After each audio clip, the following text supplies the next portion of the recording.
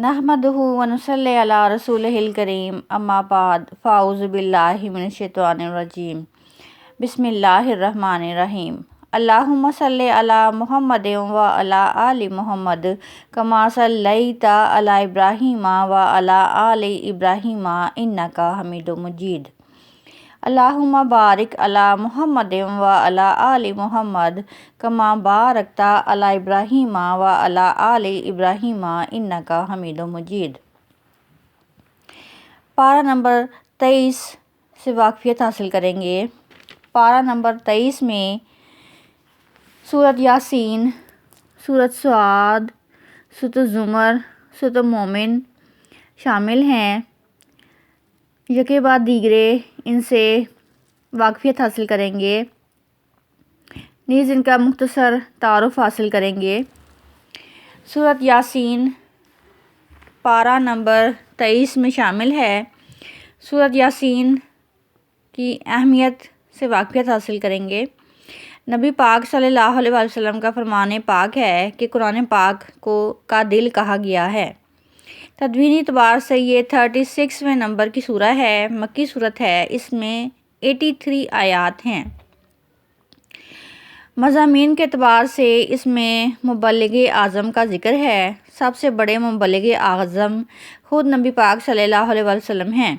سب سے پہلے ابراہیم علیہ السلام، موسیٰ علیہ السلام، یوسف علیہ السلام اور دیگر پیغمبر آئے، لیکن تمام ہی رسولوں میں نبی پاک صلی اللہ علیہ وسلم کو افضلیت حاصل ہے۔ انک لمن المرسلین کہ آپ صلی اللہ علیہ وسلم ہی رسولوں میں سے ہیں۔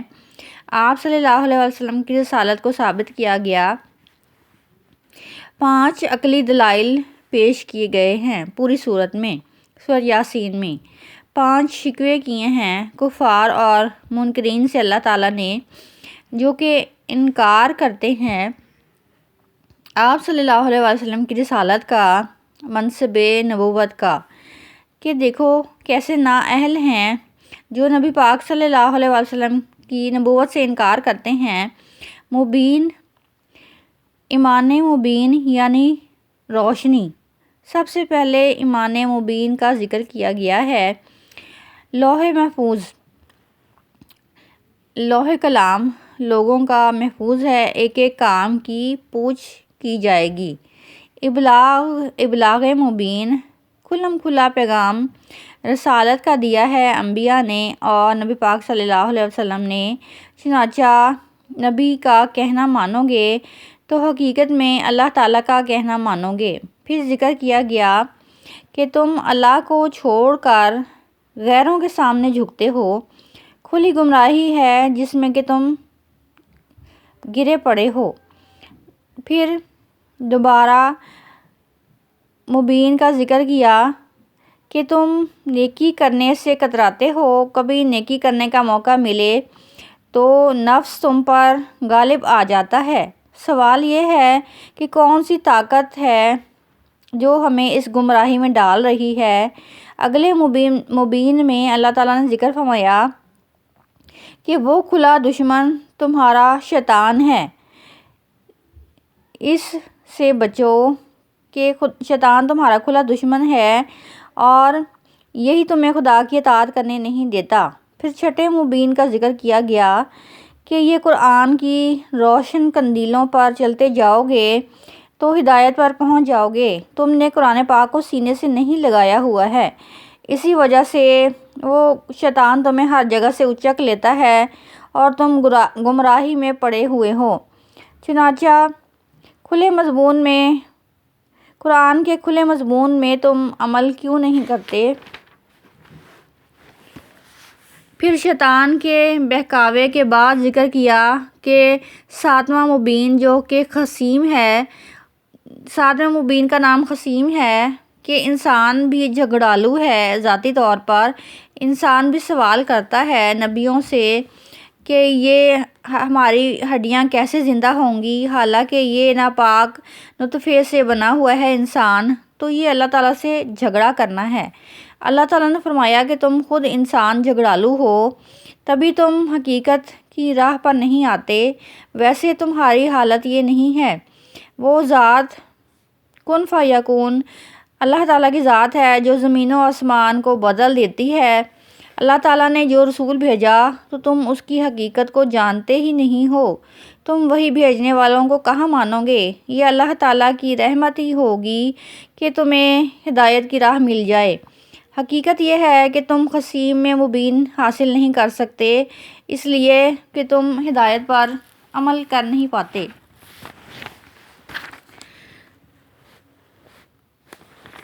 سورۃ یاسین کی مزید تفصیل یہ ہے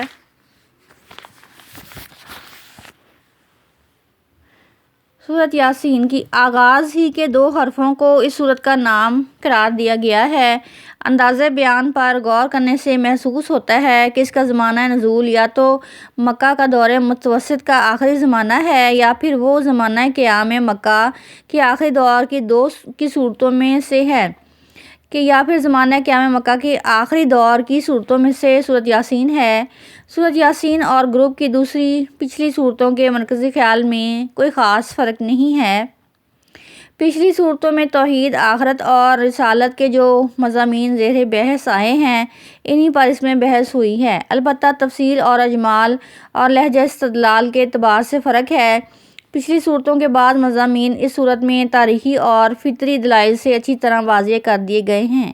اس کا آغاز اثبات رسالت کے اسی مضمون سے ہوا ہے جس پر کہ سابق سورہ ختم ہوئی ہے۔ فلسفہ دین کے نقطہ نظر سے غور کرنے سے محسوس ہوتا ہے کہ اس کی بنیاد بھی پچھلی صورتوں کی طرح شکر الہی پر ہے۔ آیتوں کی تفصیل یہ ہے کہ آیت نمبر 1 تا 12 میں اللہ تعالیٰ فرماتے ہیں کہ نبی پاک صلی اللہ علیہ وآلہ وسلم کی رسالت کا اس بات اور آپ صلی اللہ علیہ وسلم کو تسلی فرمائی گئی ہے کہ یہ پر حکمت قرآن پاک خود اس بات کی سب سے بڑی شہادت ہے کہ آپ صلی اللہ علیہ وآلہ وسلم اللہ تعالیٰ کے رسول ہیں، لوگوں کو صراط مستقیم کی طرف دعوت دے رہے ہیں۔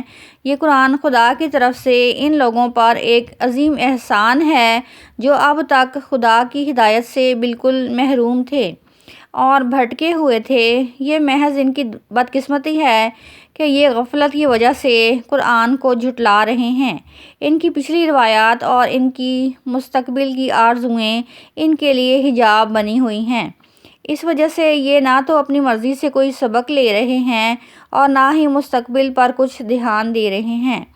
آپ صلی اللہ علیہ وسلم ایسے بے فکروں کے لیے زیادہ پریشان نہ ہوں۔ جو خدا سے ڈریں گے اور نصیحت کو سنیں گے ان کو مغفرت اور اجر عظیم کی بشارت دے دیجیے۔ جو نہیں سنتے ان کا معاملہ ہمارے حوالے کیجیے، ان کا اگلا پچھلا حساب ہمارے یہاں درج ہے، ہم ان سے نمٹ لیں گے۔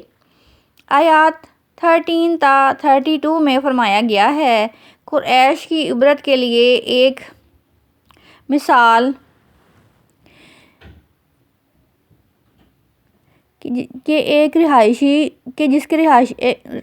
قریش کی عبرت کے لیے ایک بستی کی مثال۔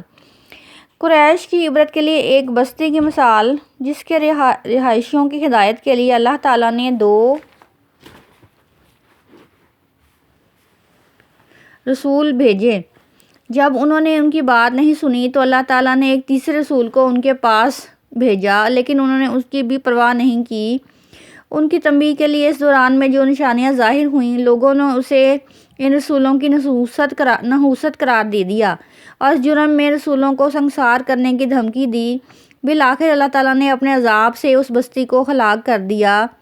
آیات 33 تا 44 میں فرمایا گیا ہے کہ اس کائنات میں خدا کی قدرت، حکمت اور رحمت کی جو نشانیاں ہیں ان میں سے بعض کی طرف اشارہ کی ساری نشانیاں اللہ تعالیٰ کے شکر کو واضح کرتی ہیں، جس کا لازمی تقاضا توحید ہے۔ حشر اور نشر اور جزا اور سزا کو یہ لازم بنا دیتے ہیں۔ آیات 45 تا 50 میں فرمایا گیا ہے کہ جب لوگوں کو اللہ تعالیٰ کے عذاب سے ڈرایا جاتا ہے اور اس سے بچنے کے لیے اللہ تعالیٰ کی راہ میں انفاق کی دعوت دی جاتی ہے تو بڑی ڈھیلائی سے عذاب کا مطالبہ کرتے ہیں اور کہتے ہیں کہ جن کو خدا نے اپنے فضل سے محروم رکھا ہم اپنا مال ان پر کیوں خرچ کریں؟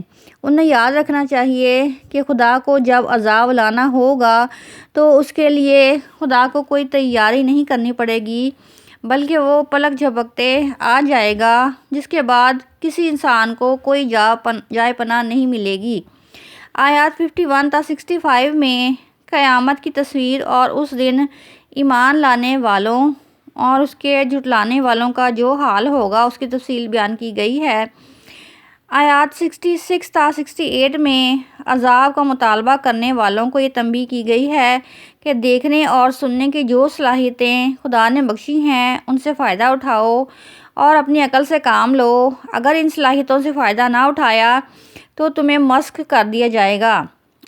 آیات 69 تا 83 میں ابتدائے سورت کے مضمون کو ایک نئے اسلوب سے بیان کیا گیا ہے۔ توحید اور قیامت کی بعض نشانیوں کی طرف توجہ دلائی گئی ہے اور نبی پاک صلی اللہ علیہ وسلم کو تسلی دی گئی ہے کہ آپ کا کام زندوں کو جگانا ہے۔ جو لوگ اخلاقی اعتبار سے مردہ ہو چکے ہیں ان پر آپ کا یہ کلام کارگر نہیں ہو سکتا۔ چنانچہ سورۃ یاسین میں اللہ تعالیٰ نے نبی پاک صلی اللہ علیہ وسلم کو ہدایت فرمائی ہے کہ ان لوگوں کے لیے جو خدا کا کلام نہیں سننا چاہتے ان کے لیے آپ پریشان نہ ہوں، بلکہ ان کا فیصلہ اللہ تعالیٰ پر چھوڑ دیجیے۔ سورۃ یاسین کو پڑھنے کے کچھ فوائد ہیں۔ احادیث میں اس کو پڑھنے کا حکم ہے کہ اگر کوئی انسان جس کی جان آسانی سے نہ نکل سکے یا جس کی موت کا وقت آ چکا ہے اور وہ جان لب پر ہے اور جان نکل نہیں پا رہی تو سورۃ یاسین کو پڑھنا موجب ہے۔ اس کے علاوہ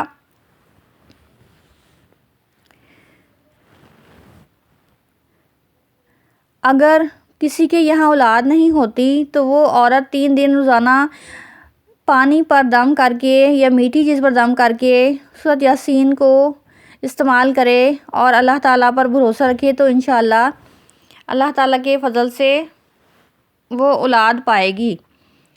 اس کے علاوہ شیطان کے وار سے بچنے کے لیے اور